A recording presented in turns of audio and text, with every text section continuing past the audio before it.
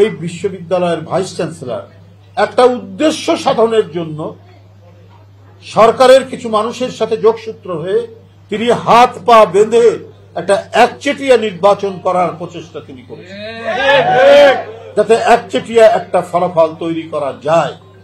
কাকে কত টাকা আপনি ঘুষ দিয়েছেন কিনা এই সন্দেহ তো মানুষ করতেই পারে। আপনি ঘুষ দিয়ে মুখ বন্ধ রাখার চেষ্টা করেছেন, না হলে কথা আপনি বলবেন কেন যে আমি সব ফাঁস করে দিব? সারা বাংলাদেশের জীবনের যে প্রবাহ, সমাজের যে আকাঙ্ক্ষা, সেটা প্রতিফলিত হয় বিশ্ববিদ্যালয়। যারা বিশ্ববিদ্যালয়ের সাবেক ছাত্র, প্রাক্তন ছাত্র, তাদেরও বিশ্ববিদ্যালয়ের সাথে একটা মিথস্ক্রিয়া থাকে, একটা ইন্টারাকশন থাকে। এই কারণে ইউনিভার্সিটি অ্যালুমনাই আছে, ডিপার্টমেন্ট ওয়াইজ আছে, সব বিষয়ে কারণ একটা বিশ্ববিদ্যালয়ের সাথে একটা সম্পর্ক রাখা। কারণ যে প্রতিষ্ঠানে 4-5 বছর একটি ছাত্র পড়ে, তার মধ্যে একটা আবেগ তৈরি। ঠিক তেমনি ভাবে যারা ছাত্র রাজনীতি করেছে, ওই নির্বাচন আসলে তারাও গিয়ে বলে, তার সময়ের অভিজ্ঞতা বলে, সাধারণ ছাত্রদের বলে তার দলের পক্ষ থেকে। কিন্তু এই বিশ্ববিদ্যালয়ের ভাইস চ্যান্সেলর একটা উদ্দেশ্য সাধনের জন্য সরকারের কিছু মানুষের সাথে যোগসূত্র হয়ে তিনি হাত পা বেঁধে একটা একচেটিয়া নির্বাচন করার প্রচেষ্টা তিনি করেছেন, যাতে একচেটিয়া একটা ফলাফল তৈরি করা যায়। Japan Bangladesh joint venture company JBS holdings limited vice chancellor সাহেব বলেছেন, আপনারা সুষ্ঠু নির্বাচন করুন তার কলিগদেরকে। আপনারা যদি না করতে পারেন তাহলে আমি সব ফাঁস করে দেব। আপনি কি ফাঁস করবেন? কি গোপন রেখেছেন?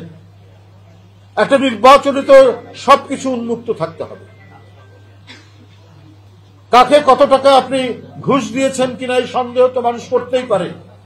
আপনি ঘুষ দিয়ে মুখ বন্ধ রাখার চেষ্টা করেছেন, না হলে কথা আপনি বলবেন কেন যে আমি সব ফাঁস করে দিব? তাহলে গোপন কোন একটা মেকানিজম, একটা কলাকৌশল আপনি নিশ্চয়ই তৈরি করেছেন, যে কারণে এই কথাটি আপনি বলছেন। এই প্রশ্ন, এই সন্দেহ, এই সংশয় সবার মধ্যেই এটা তৈরি হতে পারে।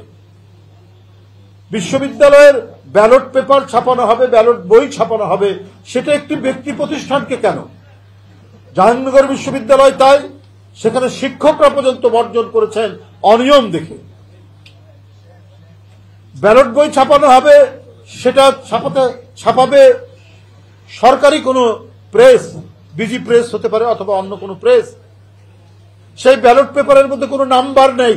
সেই ব্যালট পেপার ছাপানো হচ্ছে প্রাইভেট কোনো প্রেস থেকে, যে প্রেসের মালিকের সাথে একটি বিশেষ রাজনৈতিক দল তাদের সম্পর্ক আছে। এটাও প্রমাণিত হয়েছে। যেদিন ভোট সেই দিন ভোটার তৈরি করা হচ্ছে এবং হাতে লিখে জাহাঙ্গীরনগর বিশ্ববিদ্যালয়ে। তো এগুলো কি অনিয়ম নয়? আপনি জালিয়াতি না বললেও এটা একটা বিশ্ববিদ্যালয়ের কর্তৃপক্ষের সামগ্রিক মেকানিজম, যাতে একটি ছাত্র সংগঠনকে বিজয়ী করা যায়। ঠিক একই কাজ ঢাকা বিশ্ববিদ্যালয়ে হয়েছে। আপনি ব্যালট পেপার ছাপিয়েছেন প্রাইভেট একটি প্রেস থেকে, এটা তো করতে পারেন না। এটা পাবলিক বিশ্ববিদ্যালয়। পাবলিক বিশ্ববিদ্যালয়ের আপনার আর ব্যালট পেপার, এটা তো অত্যন্ত সিকিউরড, এটা নিরাপত্তা থাকতে হতে পারে। সেই ব্যালট পেপারে কোনো নাম্বার নেই, এটা তো একটা কঠিন ঘটনা। তাহলে রাষ্ট্র এবং বিশ্ববিদ্যালয়ের কর্তৃপক্ষ সব মিলিয়ে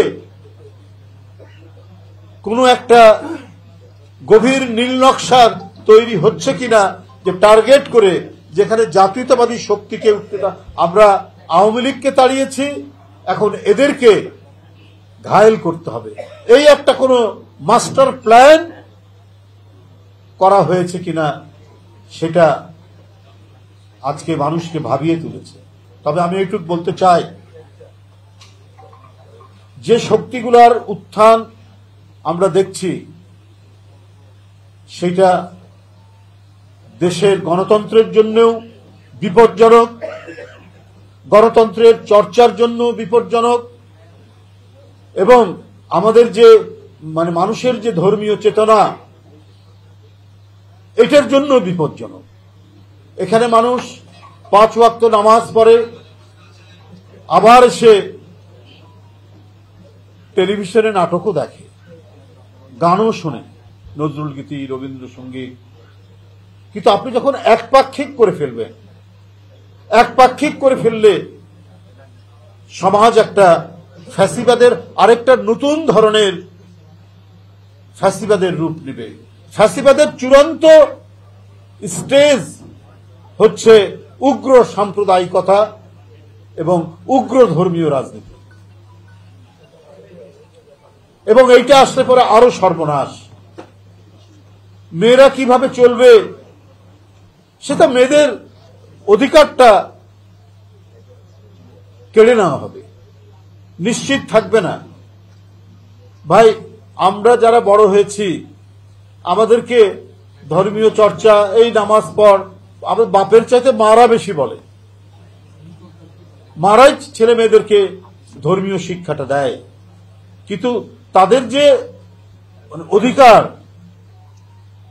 আরো অধিকার, সেই অধিকার যদি হরণ হয় তাহলে ভয়ঙ্কর পরিণতি। এবং দেখা গেছে যে উগ্র সাম্প্রদায়িক রাজনীতি যেসব দেশে চলছে, সেই সব দেশে মেয়েদের কোনো অধিকার নেই, ভয়ঙ্কর পরিণতি।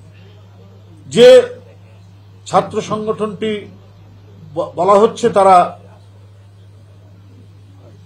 তাদের খুব জনপ্রিয়তা বা তারা হচ্ছেন, কিন্তু আমি আতঙ্কিত বোধ করি যে এই এদের যে রাজনৈতিক দলটি কখনোই এই দেশের যে পলিটিক্যাল ডেভেলপমেন্ট, যে আমরা প্রথমে একটি আন্দোলন হয়েছে পাকিস্তান আন্দোলন হচ্ছে যে এই অঞ্চল, পূর্বাঞ্চল এবং পশ্চিমাঞ্চল, এই উপমহাদেশের মুসলমান জনগোষ্ঠীরা বৃহত্তর ভারতের মধ্যে থাকলে পরে তাদের যে ডেভেলপমেন্ট, তাদের যে বিকাশ, শিক্ষা দীক্ষা, চাকরির ক্ষেত্রে এটা বঞ্চিত হবে। এটা নিয়েই তখন যারা, এবং তারা সবাই আধুনিক মানুষ,